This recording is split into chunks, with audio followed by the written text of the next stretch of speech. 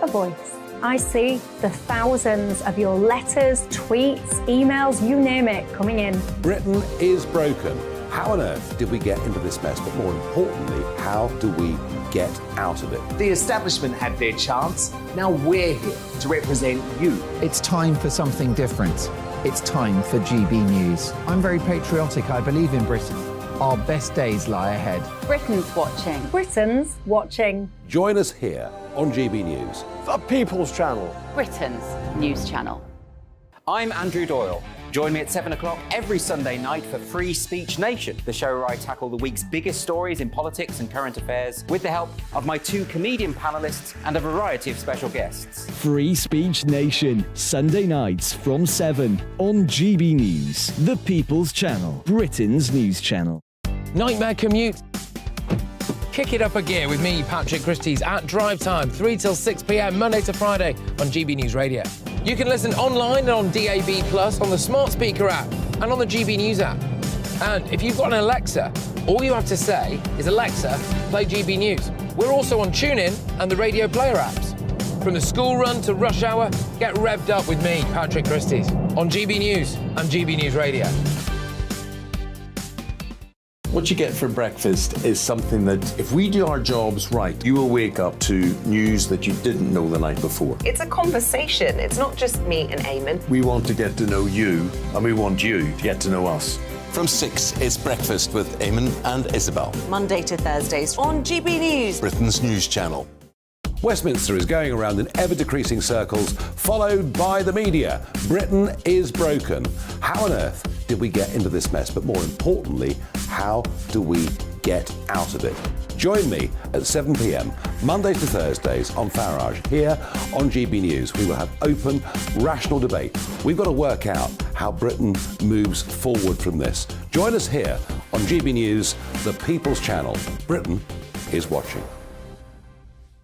Every Sunday from 11, join Michael Portillo. There will be topical discussion, looking at the week before and the week to come. So kick back and relax at 11 a.m. on Sundays on GB News with me, Michael Portillo. GB News, the People's Channel, Britain's news channel.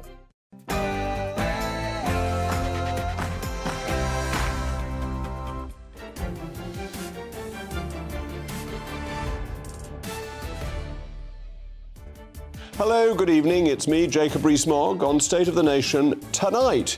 And tonight at 8 o'clock, it's the second birthday of GB News. So we've left the mewling and puking stage. We are now at the stage that you want us to be at, broadcasting to the nation as the People's Channel. The Privileges Committee was expected to publish the Partygate report today, but apparently, owing to printing problems of all things, the process has been delayed by a day. So what better to discuss than public sector efficiency, especially considering the Chancellor has just announced a review on the matter as a prelude, drum rolls, to cutting taxes. Donald Trump, former President of the United States, has entered the courtroom in Miami and the hearing has begun over dozens of criminal charges pertaining to allegations of retaining classified information after his presidency. We'll be bringing you the updates as and when they happen. But why haven't all these charges finished his presidential campaign? Has the Prime Minister's small boat strategy been effective, or has it merely coincided with bad weather? Up until now, that is, after over 600 crossings were made just on Sunday, a record for the year. As the sun shines, should we expect more illegal activity in the Channel, or should we have more faith in Mr. Sunak? Plus, the ghastly shirkers have found a new way of channeling their idleness. It's called the 4-day work week. The campaign for the new initiative launched today, and I'll be fighting back against the Frenchification of our hard-working nation. State of the Nation starts now.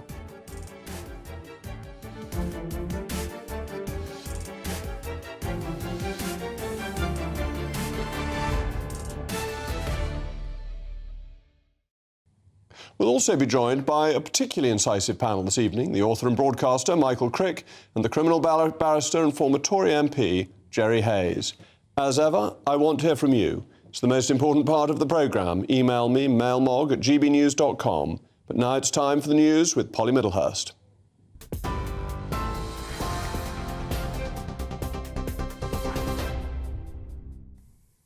Well, our main story on GB News this evening is that police in Nottingham have confirmed that it was two 19-year-old students and a man in his 50s that were killed in the city this morning. Two of the three people killed were first-year students at the University of Nottingham. One of them has been named by police as Barnaby Webber. He was stabbed and died near the students' halls of residence in Ilkeston Road. Police say they then found the body of a 50-year-old man on nearby Magdala Road. Police were then called to another street where a stolen van had attempted to run over three people. Our Home and Security editor, Mark White, has this update. Counter-Terror Command are stepping back from this investigation. It'll be run fully by Nottinghamshire Police. As for the suspect, our sources are telling us that he is a 31-year-old West African migrant with a history of violence. The authorities are not yet confirming this, but if true, there will be all kinds of questions about this man's status and whether all the proper checks were done before he entered the country. Mark White. Well, in other news today, Boris Johnson has urged the Privileges Committee to publish its report on whether he lied to Parliament and, in his words, let the world judge their nonsense. It comes as Boris Johnson made a last-minute submission to the Privileges Committee yesterday evening. The report investigating whether the former Prime Minister lied to MPs about the Partygate scandal is expected to be released this week after Mr Johnson's resignation. In a statement, Boris Johnson accused the committee of bias and called it a kangaroo court. Two police officers have been served with gross misconduct notices in connection with the deaths of two teenagers in Cardiff. Kyrie Sullivan and Harvey Evans died last month, shortly after they were seen on CCTV riding an e-bike and being followed by a police van. The police regulator says their conduct doesn't mean disciplinary proceedings will necessarily follow. And the former US President Donald Trump is in court in Florida right now over classified documents. He's facing 37 charges of mishandling files and is accused of unlawfully keeping US national security data. He's the first president to face criminal charges. Trump has pleaded not guilty. On TV, online, DAB+ radio and the TuneIn app. This is GB News.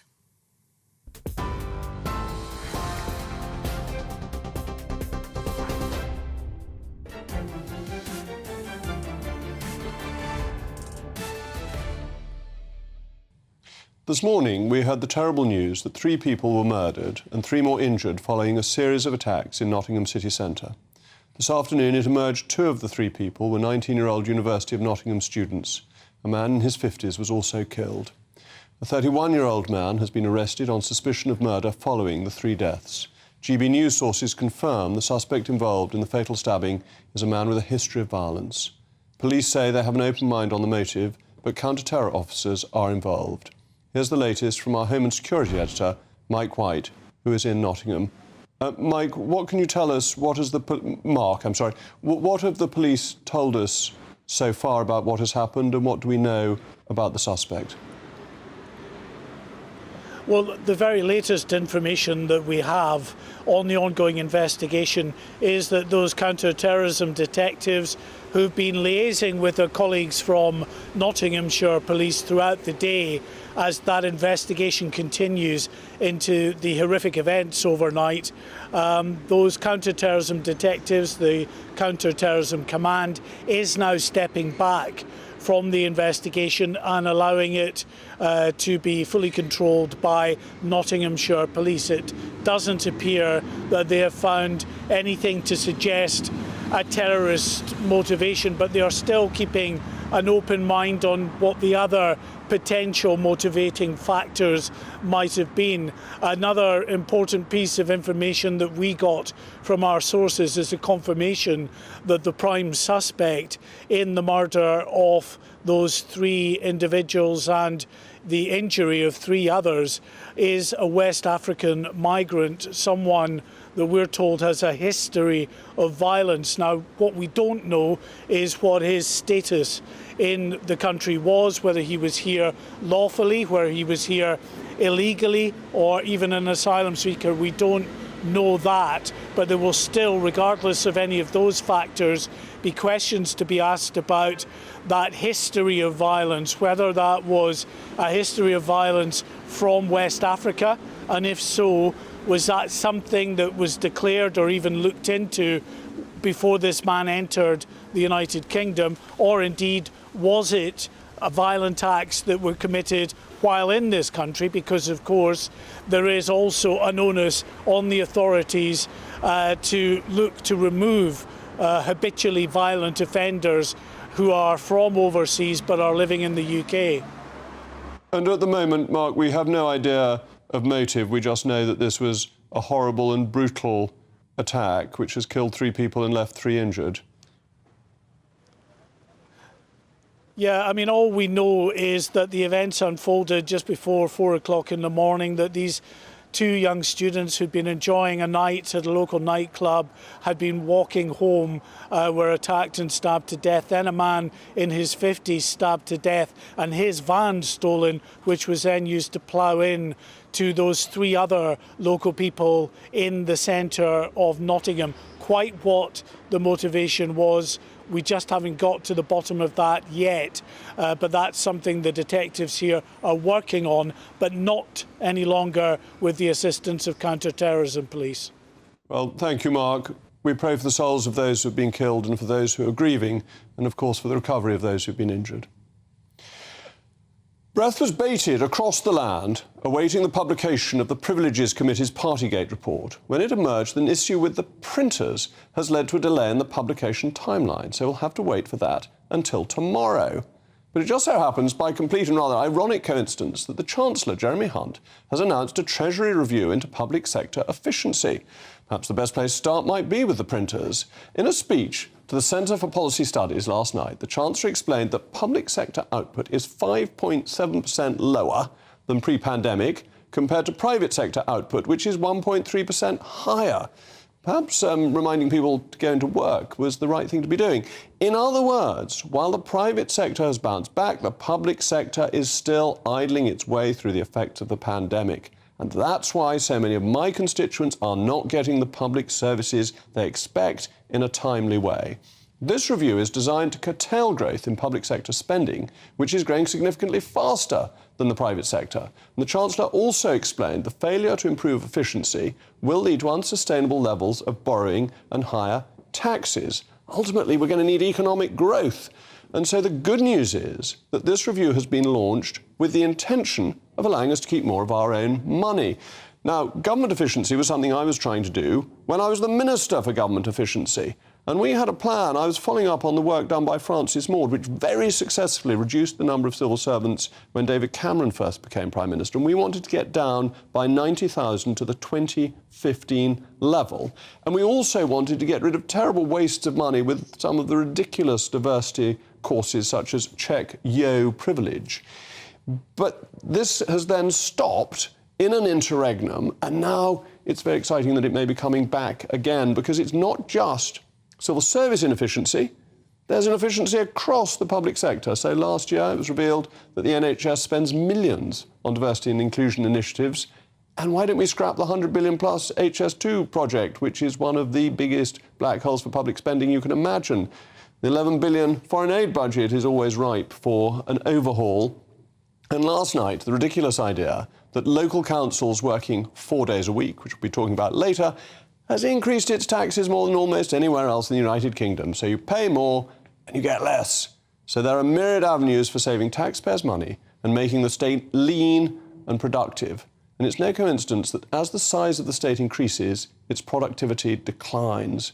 Our departure from the European Union required us to rethink the structure of the British state. And this is a step in the right direction. Of course, I want to know what you think, mailmog@gbnews.com. But joining me now is my particularly pugnacious panel, the author and broadcaster, Michael Crick, and the criminal barrister and former Tory MP, Jerry Hayes. Now, Michael, over the years, you must have heard lots of governments and lots of ministers say they're going to have a great drive for government efficiency. And it does occasionally happen. Francis Maude did a really good job in 2010. Michael Heseltine did a very good job in 1979. Do you think the Chancellor can join that illustrious group? Well, I think he's rather a good chancellor, so I think he's perfectly capable of running an efficiency drive. All institutions, be they state institutions, government institutions or private companies, do tend to grow a bit, get a bit flabby, get a bit inefficient in their ways, and they do need regular reviews about their way they're working, the way they can adopt new methods, new technology, and so on. So, of course, it should be done, and of course, it can be done, and I think it has to be done at regular intervals. Where you and I would probably disagree is that for you, it's all about cutting jobs.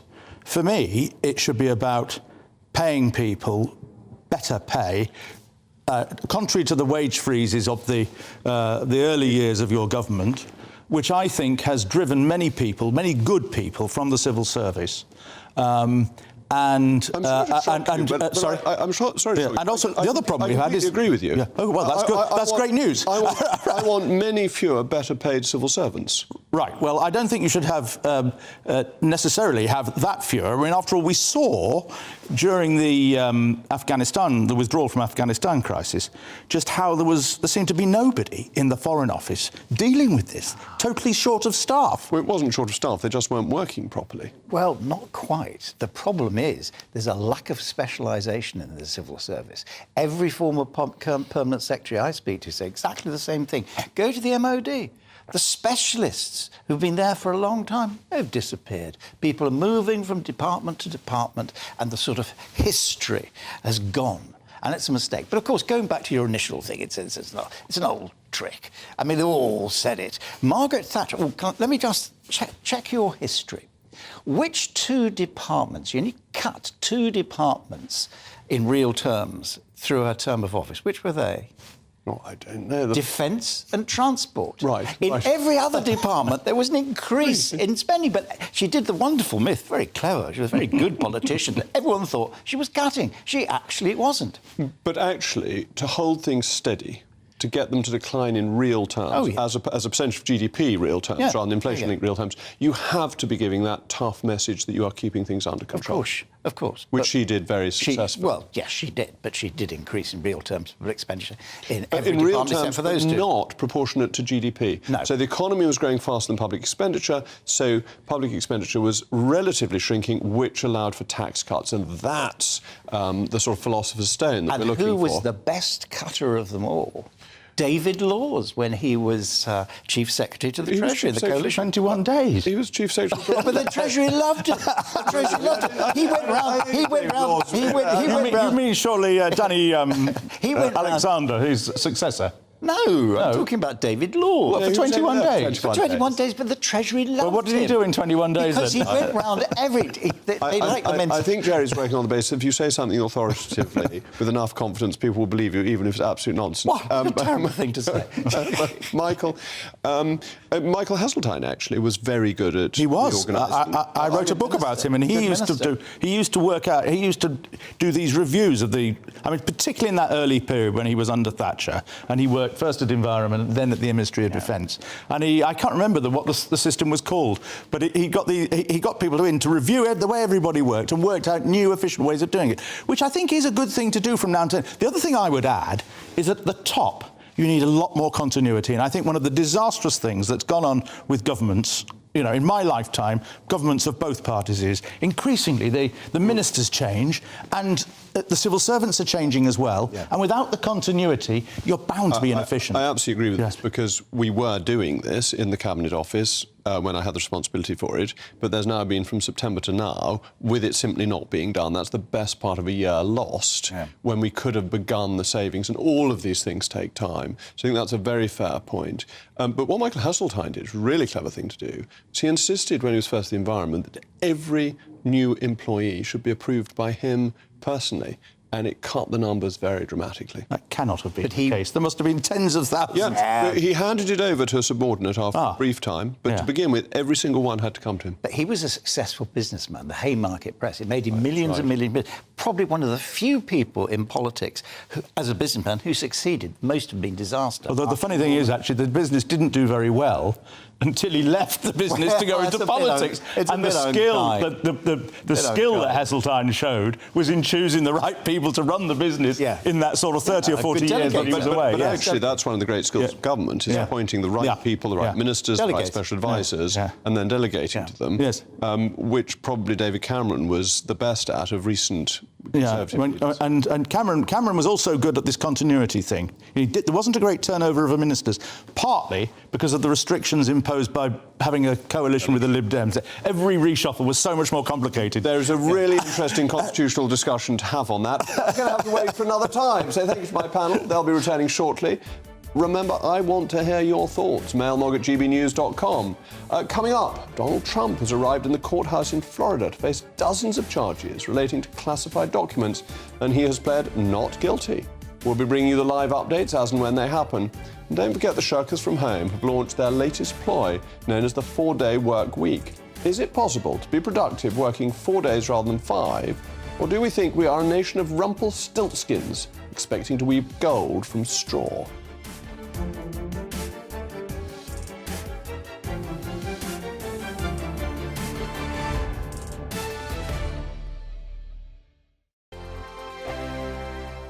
First and foremost, I'm a GB News fan, and I was before I was working here. Just love the fact that we're asking the questions that a lot of establishment media won't ask. With a bit of a twist, we not only want to inform you, but we want to keep you entertained. It's worth the drive because you get in and the team's all ready and waiting, they're itching to go, and it's a proper little family. GB News is the People's Channel. It's the audience that makes the programme sing. We're giving our viewers and our listeners a voice. I see the thousands of your letters, tweets, emails, you name it, coming in. Britain is broken. How on earth did we get into this mess? But more importantly, how do we get out of it? The establishment had their chance. Now we're here to represent you. It's time for something different. It's time for GB News. I'm very patriotic. I believe in Britain. Our best days lie ahead. Britain's watching. Britain's watching. Join us here on GB News. The People's Channel. Britain's news channel. I'm Andrew Doyle. Join me at 7 o'clock every Sunday night for Free Speech Nation, the show where I tackle the week's biggest stories in politics and current affairs with the help of my 2 comedian panellists and a variety of special guests. Free Speech Nation, Sunday nights from 7 on GB News, the People's Channel, Britain's news channel. Nightmare commute? Kick it up a gear with me, Patrick Christie's, at drive time, 3 till 6 p.m, Monday to Friday on GB News Radio. You can listen online and on DAB+, on the smart speaker app and on the GB News app. And if you've got an Alexa, all you have to say is, Alexa, play GB News. We're also on TuneIn and the Radio Player apps. From the school run to rush hour, get revved up with me, Patrick Christie's, on GB News and GB News Radio. What you get for breakfast is something that, if we do our jobs right, you will wake up to news that you didn't know the night before. It's a conversation. It's not just me and Eamon. We want to get to know you, and we want you to get to know us. From 6, it's Breakfast with Eamon and Isabel. Monday to Thursdays on GB News. Britain's news channel. Westminster is going around in ever-decreasing circles, followed by the media. Britain is broken. How on earth did we get into this mess? But more importantly, how do we get out of it? Join me at 7 p.m, Mondays to Thursdays on Farage, here on GB News. We will have open, rational debate. We've got to work out how Britain moves forward from this. Join us here on GB News, the People's Channel. Britain is watching.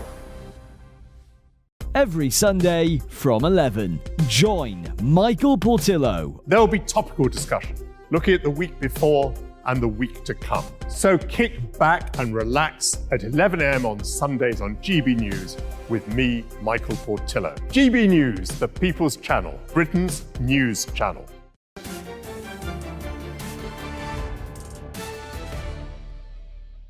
Welcome back. I'm still Jacob Rees-Mogg, and this is State of the Nation. You've been getting in touch with your thoughts. Colin, I feel even more so after today's events that any immigrant who commits a crime which would attract a sentence of over 3 months should be sent back to their country regardless of any consequence they may face there. Paul, totally agree with getting rid of useless civil service staff. who clearly don't do their job. Now, moving on to the issue around Mr. Trump, who is fighting charges about mishandling secret documents and being accused of moving them to Florida when he left the White House 2 years ago. In the last few moments, Mr. Trump has pled not guilty to all 37 charges made against him.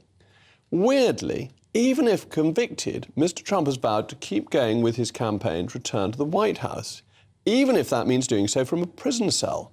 Why do Americans still give him the time of day with all these charges hanging over? However, despite his belligerent tone, the former commander-in-chief is reportedly struggling to find attorneys willing to defend him during the proceedings in Florida. Does Donald Trump need to accept it's now time to throw in the towel?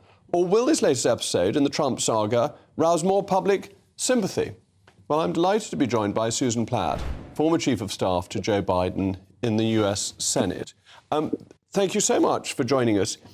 Could you explain how it can be possible that somebody can run for president potentially from a prison cell and still expect to get any votes? This is deeply puzzling from somebody who looks at the English Constitution.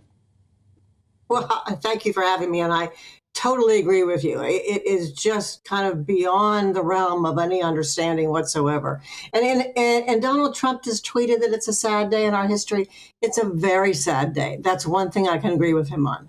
For a former president who was sworn in to uphold the laws of this country, the Constitution of this country, to flagrantly disregard all the different laws pertaining to national secrets, is beyond me. The man had 102 documents, classified documents, some with our nuclear code secrets, kept in a bathroom, in a shower, in a ballroom.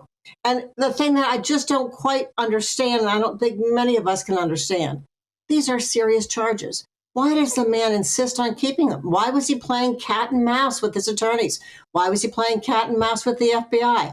I think these are things we have to find out, and I think it's a shame that we're not going to be able to see or hear the proceedings in the court. I think the country needs to see and hear that. As you just mentioned, why would anybody give him the time of day? Well, let's find out the facts. And just recently, we have heard, it's been leaked, that there have been lawyers' notes, there have been recordings where Donald Trump has showed people he knew full well they were classified documents, and he still showed them. So it's a flagrant disregard. It's someone whose emotional maturity lacks any understanding for someone who had been the president of our United States. But isn't it slightly strange that the US has now gone to a situation where anyone who leaves office, or even in office, politics is taken to the courts? So Bill Clinton was impeached. President Biden has had secret documents found in one of his residences. There was a campaign, the Lock Up Hillary Clinton campaign.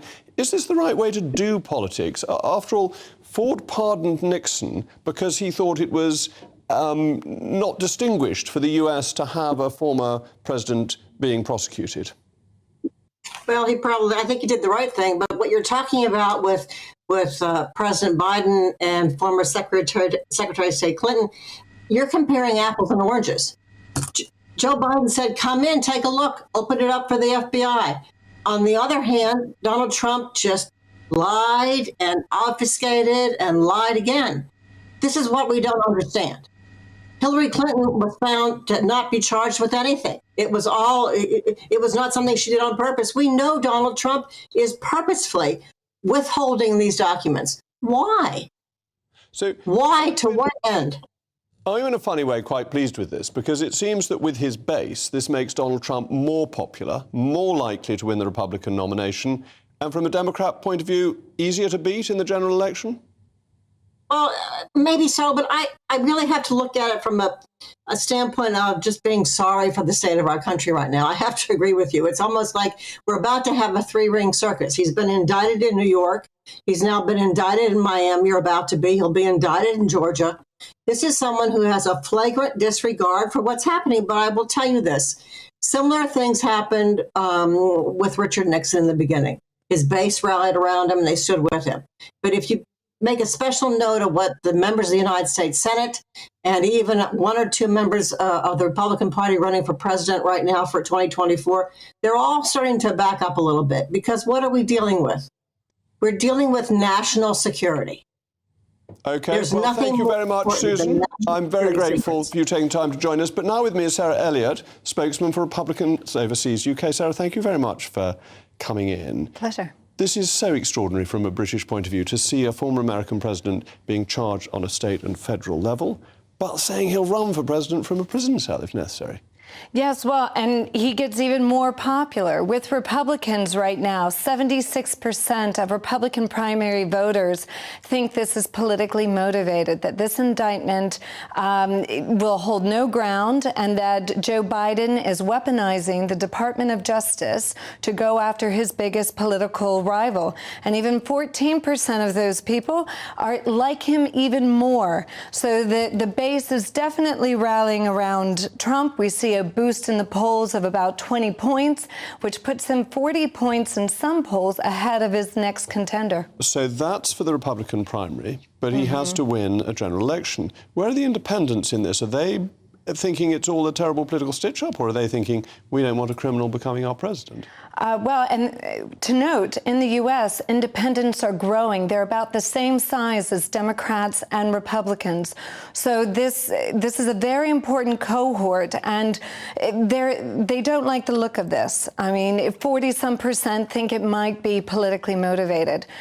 This is the problem we have. We have someone who may have created a crime or committed a crime. His former Attorney General, Bill Barr, said this is really serious. You know, I don't know what his defense will be. But at the same time, we've never had a sitting president use the Department of Justice to go after his biggest rival. But is there any evidence that the sitting president has used the Department of Justice, or is the Department of Justice just doing its normal thing? Well, you would think that. However, Republicans in particular are comparing it to Hillary Clinton, who, by the way, did swipe her computer before giving it to the FBI back in 2016, erased 33,000 emails before giving it to them, and yet she was just slapped on the wrist. She was not indicted. But Trump was in charge at that point, so couldn't he have used the Department of Justice politically? No, that was under Obama at the time. That was during the campaign. OK, so it was. But then Trump came in. Wouldn't he have been able to do it 6 months later? And he didn't. And I think that there could be many reasons for it. One, he was being investigated for Russia collusion, which there was absolutely no substance to whatsoever. But I think also there has to be a really compelling case to go after a president of the United States that can rally and unify the country behind such an indictment, like there was with Nixon. And so a lot of people are saying this is not Nixon-level crime that you're doing. And we'll see if it sticks to the wall. And Nixon, after all, retired from the presidency. He resigned, he was then pardoned, and he didn't try and get back into politics later in his life. So everybody was satisfied with that. Yes. In this case, the Democrats must be delighted that Trump will be the candidate potentially next year, that he must be the easiest Republican for Biden to defeat. And you've got this extraordinary situation where you've got a quite elderly chap standing against somebody who is indicted so many times. No, exactly. I think this is the Democrat playbook. This is why they're throwing out all the indictments and criminal accusations they can to catch him up. And it's working. But why do Republicans fall for this? Why don't they realise that if they put up anybody else to stand against Biden, anybody else would almost certainly win? Or am I misinterpreting something? No, I'm completely with you, Jacob. And I would like us to move on as a party. I think Trump had a strong 4 years in office policy-wise. He had good outcomes. So let's take the message and get a new messenger. And I think, but you have to get through the primary. And the primary is when the die-hard Republican voters come out and choose the nominee. And, you know, they're just very committed to him. A lot of people who maybe didn't like the behavior of 2020 and January 6th, but look at the way the Democrats are behaving and treating him, a former president, and they go, you know what, let's get our fighter back in the ring and let him sock it to him kind of thing. Which he may not succeed in doing. Well, Sarah, thank you very much for joining me. Coming up, has the Prime Minister spoken a bit bit too soon when it comes to his pledge to stop the boats? Plus, platonic dream or Heath-esque nightmare?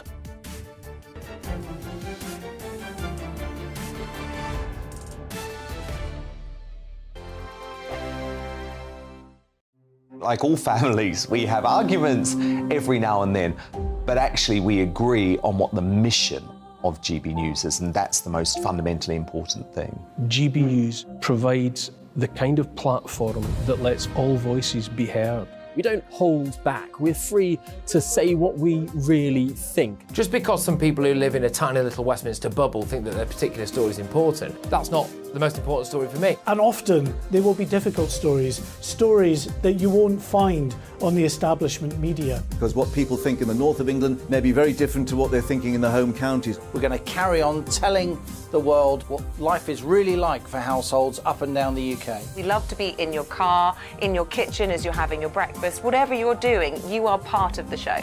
If it matters to you, it matters to us. Britain's watching. Britain's watching. Britain's watching. We're proud to be GB News, The People's Channel. Britain's news channel.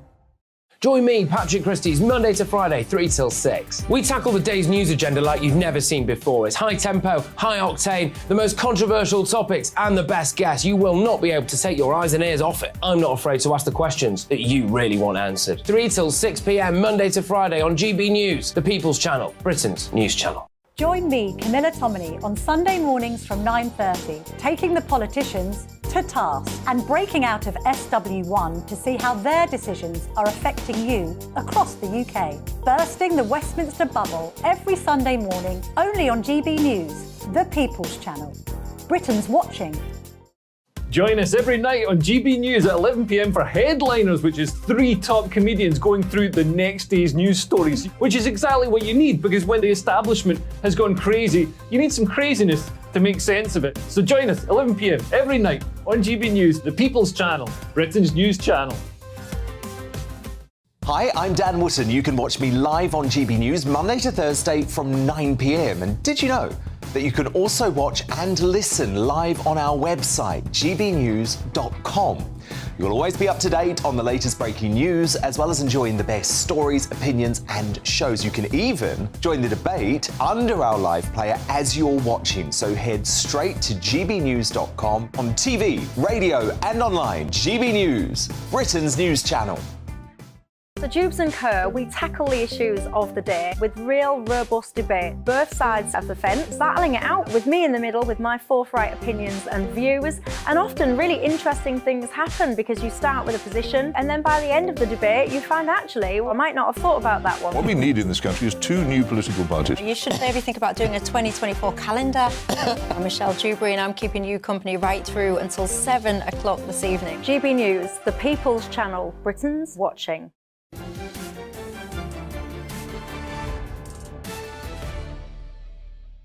Welcome back. I remain Jacob Rees-Mogg, and you've been getting in touch with your thoughts. Anthony, if Trump were not planning a political comeback, the current assorted charges would not have been brought. Ergo, Trump is being prosecuted for political motives. Steve, he upset the world order. It's a witch hunt, considering all the untruths of others in America. Well, the British are known and often mocked for our obsession with talking about the weather. When it rains, it pours. When it snows, schools shut. But when there's a heat wave, a record number of small boats cross the channel, which it seems has been happening. A grand total of 616 people were detected crossing the English Channel on Sunday. That's the highest daily number so far this year, the Home Office says. 545 people crossed the channel yesterday, and about 200 today. So far this year, 8,800 have crossed. At the same time last year, it had just passed 10,000. So we are a little bit lower, giving the Prime Minister licence last week to hail the reduction as proof that his approach to illegal migration is working. And there is evidence for this. There's evidence the Albanians are not coming because of the deal done with Albania, now that they're being returned home. But can the policy really work until Rwanda is up and running, until people have the disincentive that they will be moved out of the UK? Jerry... I've never understood that. I've never understood the Rwanda disincentive. Because aren't we going on the airwaves saying what a wonderful place it is? What great opportunities you've got in Rwanda? What great, wonderful places to live. So how is that a disincentive? What we've got to do is break the business model. But the business model is broken if you don't come to England, because that's where people want to get to. And actually, the Albanian point is really important, because Albanians coming across in small boats have declined massively since they were returned. Well, why is the Home Office granting them asylum? I prosecute so many Albanians involved in drugs, and I don't want to, do the usual sort of stereotype. But the fact is, a lot of them come over here and are involved in serious drug crime. They're being returned. Well, they're being returned because if I remember, it shot up, didn't it, the Albanian figure last year, and the figures overall, from memory, went up from 28,000 to 48,000, and most of that was accounted for by Albanians. Now that Albanians are being blocked and it's not considered, asylum, as you do know, you're not persecuted in Albania, so you go back. So that means that on the figures we've had so far, then other people are actually going up quite significantly, Syrians and people from, Somalians and so on, which I suppose is understandable given the turmoil in certain parts of the world. But that's why, until Rwanda is up and running, these numbers are going to continue, because people know that they can get here, and Syrians have an almost 100% record of being granted asylum. Yeah, I mean, I think it's too early for Sunak to crow about the figures. I mean, it's not much difference. It varies, according to the weather and things like that. We're only halfway with the lorries, actually. Sorry? They just changed their business you're model. absolutely right. When you look at the figures, not much difference at all. And actually, if they sort out the channel crossings, they'll probably find some other way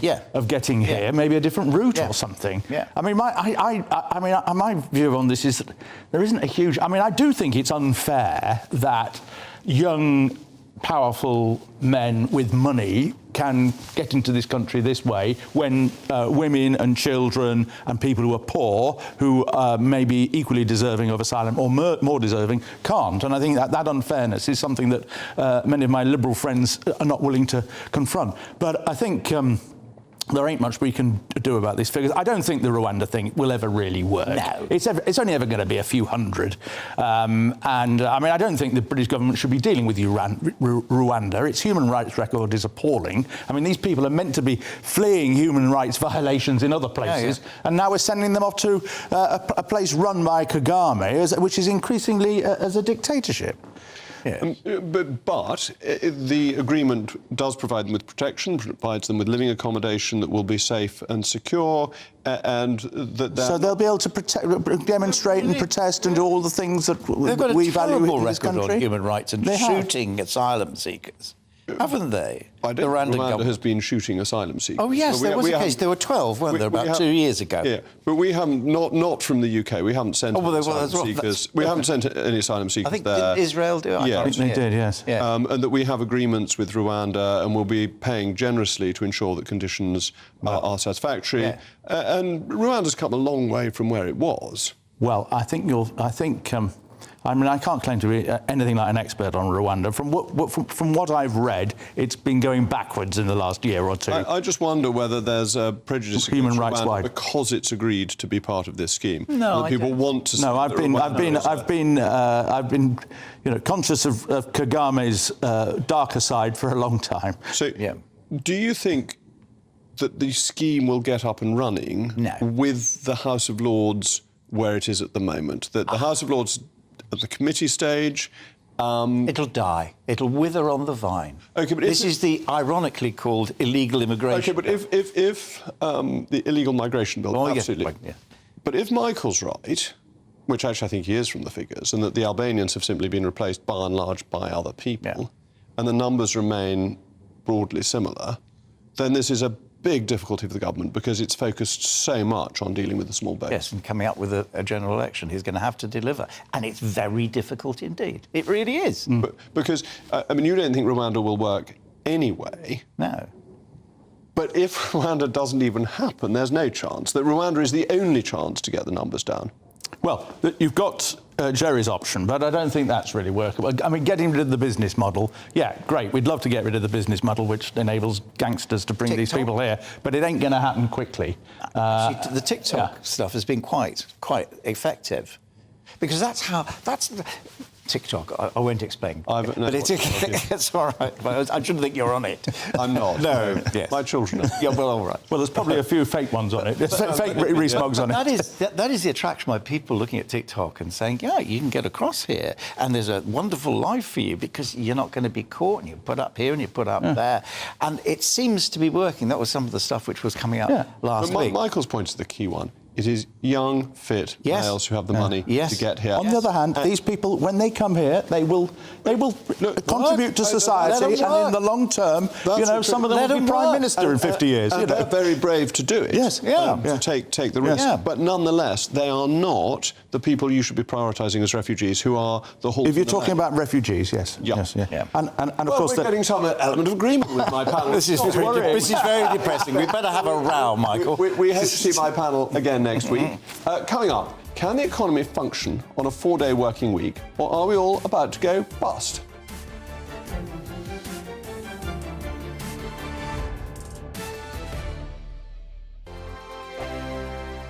I joined GB News because I was sick and tired of not hearing my views being represented, not just mine, but so many people that I knew and spoke to. I just couldn't get my voice out there. I couldn't say anything. I couldn't do anything. Whatever the narrative was, I kind of had to follow it. GB News is there to provide a voice for those who have been ignored by the establishment media. We think different things, we've got a different style. GB News is here to be optimistic and positive about the future. It's real kind of dynamic and flowing, with the audience very much at the heart of it, like a big family. Here at GB News, we talk about the things that matter to you. Hearing the voices from right across our towns and cities, especially our towns. All sides of the argument represented with a heavy dose of opinion. We're on a mission here to make a difference. And the GB News family really is here for you, and whatever time of day you can watch or listen. Britain's watching. Britain's watching. We're proud to be GB News. The People's Channel. Britain's news channel. Monday to Thursday, 9 p.m. till 11 p.m. Join me, Dan Wootton. I'll bring you the sharpest takes and hottest debates. Do you not believe in prisons? I don't believe in prisons. I'm completely stunned. I guarantee you there'll be no spin, no bias, no censorship. I actually was personally quite offended by it. And no reason to go to bed. So I guess they've always been quite woke. That's Dan Wootton tonight on TV, radio and online. Monday to Thursday from 9 p.m. till 11 p.m. on GB News. The People's Channel, Britain's news channel. You've probably seen politicians interviewed 1,000 times, but we do it differently. We find out who they really are, we don't shout, we chat, and hopefully we bring a bit of light, not just heat. Did you know Kate Moss? Apparently. Do you have a pair of jeans or a pair of jeans? No, of course I don't. What would I do with them? My friends are like, oh my God, what's she doing now? Join me every Sunday at 6 for Gloria Meets, only on GB News, the People's Channel, Britain's news channel. Weeknights on GB News from 6 p.m. You'll always get drama. Please stop, Michelle. I know, yeah. Please stop. Should I just shut up? Romance. You like me, I like you. There you go. There you are. Well, don't tell anybody. Adventure. Etc. That's the whole point. And action. Sergeant, read my superstar panel that are already at it. They're fighting. It's going to be quite a show. Only on GB News. Britain's watching. In a world of dull and predictable radio and TV shows. Oh, hi. On Mark Dolan tonight, we've got big guests. We drill into the big stories of the day. The show adds up to a brilliant listening and viewing experience. Mark Dolan Tonight is the most entertaining current affairs show ever, and that's a fact. That's Mark Dolan Tonight, Fridays from 8, Saturday and Sunday from 9. Only on GB News, the People's Channel, Britain's news channel.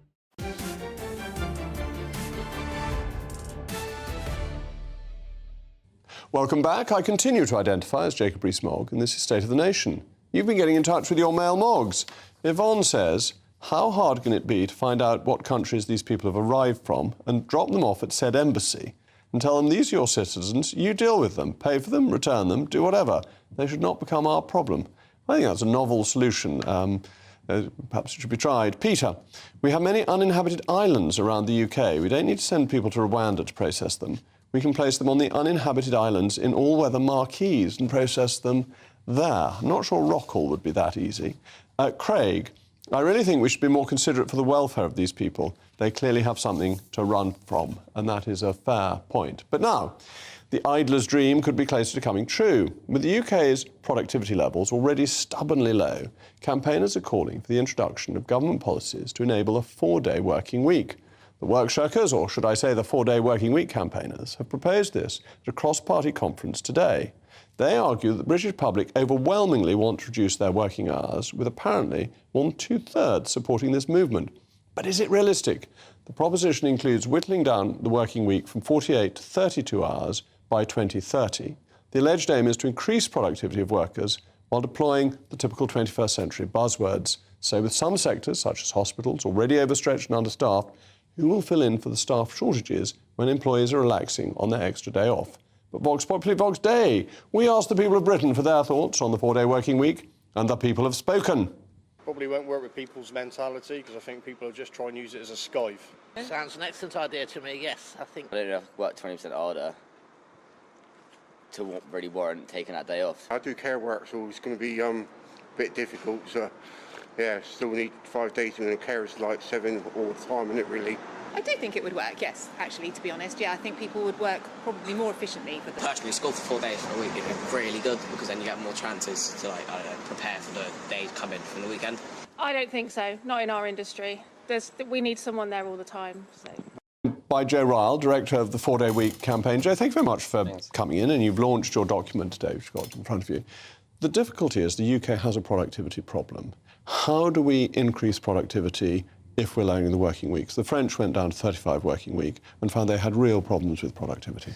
So our argument is, if we look across Europe, we look at the comparison to most of our European counterparts, that actually we're working some of the longest hours in Europe, some of the longest hours in the world, in the UK, while also having one of the least productive economies. So from that perspective, we believe that all these long working hours we're putting in aren't producing good results in the economy. And now, what we've learned, and this is a movement which is much bigger than it was a few years ago. We've had pilots and trials taking place all over the world, the UK running one of the biggest ones. What we've learned from these trials and pilots is that almost in every single case, it seems to be a win-win for both workers and employers. So we've seen productivity going up, workers working more effectively, more efficiently, more focused in the 4 days that they do, and then the well-being going up, crucially, their mental health being better, they're enjoying their lives more, and those benefits are being passed on back to employers in terms of better performance. But who's taking over the extra day's work? So whether you talk about hospitality or hospitals, where are you finding the skills to fill those gaps when we've got shortages already?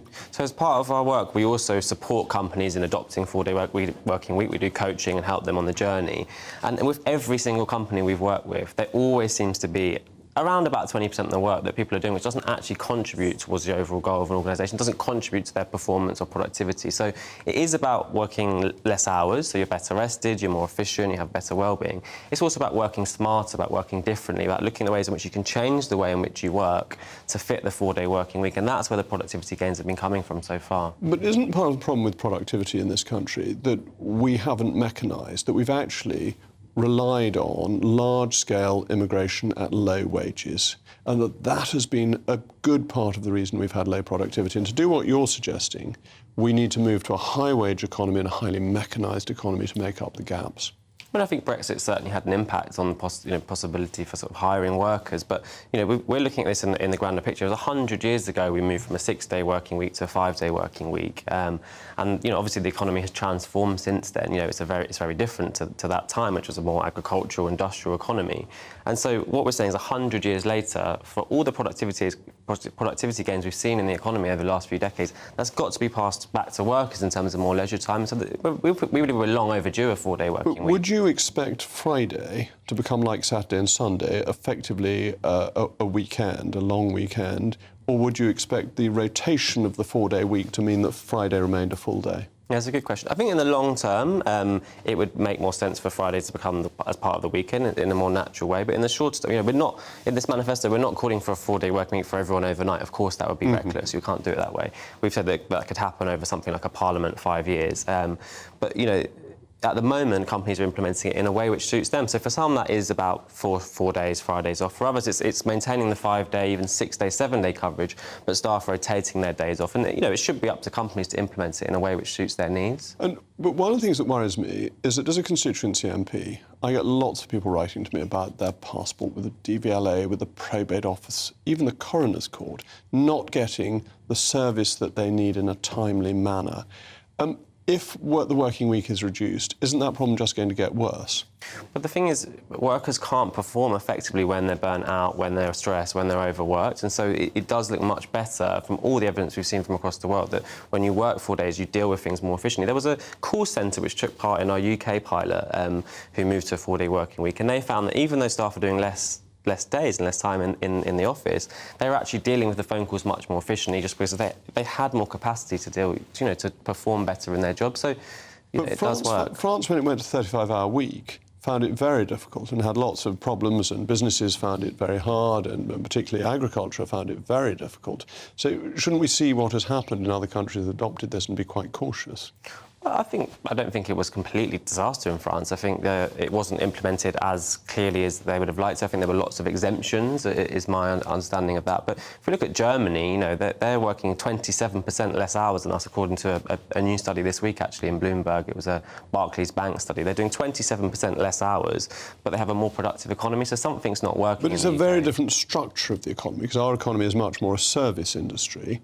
And in service industries, you need the cover. In a manufacturing industry, you need to manufacture the quantity, and therefore the working pattern is fundamentally different. It's also much easier to mechanise. Yeah, but our economy is not that dissimilar from Germany in that sense. They have lots of services as well. But it is much more a manufacturing economy than ours is. There's more, but that doesn't mean that it's not possible to do a 4-day week. I mean, on the UK pilot that we ran, which was like 61 companies across a wide range of sectors, it was retail, manufacturing, hospitality, construction. They all made it work. Almost every company in that trial decided to continue with the 4-day week at the end of it. And so it is possible to do in many, many different sectors. And, ultimately a 4-day working week is about a better work-life balance for everyone. And so it should be applied on that basis. And so, we really want to start that conversation now with all these different industry leaders around how this can work in each of the sectors. And how can industries afford it? Because I assume that people moving to a 4-day week would still be paid the same amount. They're not expecting to get a 20% pay cut. Well, exactly. And for a lot of small businesses, at the moment, it's a really tough time. And a lot of them are saying, well, look, we can't afford 10% inflation pay rises, unfortunately. And so this is an option that they can afford. Give workers a better work-life balance, give them a shorter working week. They'll feel valued when you do that, and they're going to be more motivated to perform better in their job for your organisation. So I really think it could be, have a massive impact on this country for the better of society. Well, Joe, thank you very much for coming in and for preparing your report, which I hope viewers you will look up. Is it available on the internet? Yes. It is, so you can read it, and you can mail Mogg to tell me whether you agree or don't over the next few days. But that's all from me. Up next, it's the great Professor Daniel Wootton. Dan, do you work a 4-day week? Well, I'm on this channel 4 days a week, but I work a 5-day week. I'm ridiculously opposed to 4-day weeks, Jacob. But look, I've got to tell you very quickly, we're celebrating 2 years of GB News tonight. I'm going to have Nigel Farage, Jubes and Nana Akua all with me. Oh, that's absolutely brilliant. I mentioned it at the beginning of my programme that we celebrated the 2nd anniversary and have left our mewling and puking stage. I will be back tomorrow. I only do 4 days at GB News, but I do more than that as an MP. I'm Jacob Rees-Mogg. This has been State of the Nation. I'm back tomorrow and the weather will be lovely in Somerset. Evening, I'm Alex Deakin. This is your latest weather update from the Met Office for GB News. Another sunny, very warm one tomorrow. Another day where UV and grass pollen levels are going to be high or very high. The pressure's high to the north of the UK. That's why the weather is, by and large, set fair. But we have again seen some thunderstorms and still some downpours rumbling on well into this evening, potentially causing some further disruption across the west of Scotland and the west of Northern Ireland. But fading, and most places becoming dry and clear. The easterly breeze bringing a fresher feel to the east overnight, a more comfortable night for sleeping. But in the west, another sticky one, another warm, another humid one. Temperatures holding up at 16, 17 Celsius in towns and cities, so a difficult night for sleeping.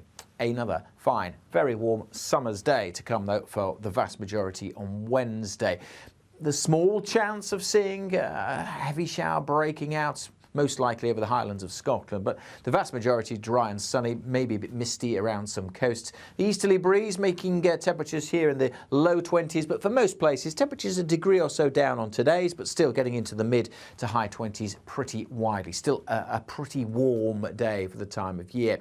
Small chance of still the odd shower here and there breaking out late in the day, but most places dry and fine through Wednesday evening and indeed into Thursday. May turn a little misty and murky in one or two spots, and always the possibility of some of that mist returning to the east coast with a bit of an easterly breeze here. Again on Thursday, perhaps a shower breaking out, maybe even a thunderstorm here and there, but they'll be pretty isolated. The vast majority staying dry, sunny and pretty warm, although again temperatures just a degree or so down, but still in the mid-20s pretty widely. So warm this week, staying fine and sunny. As we go towards the weekend, just an increasing chance of seeing some showers in the west.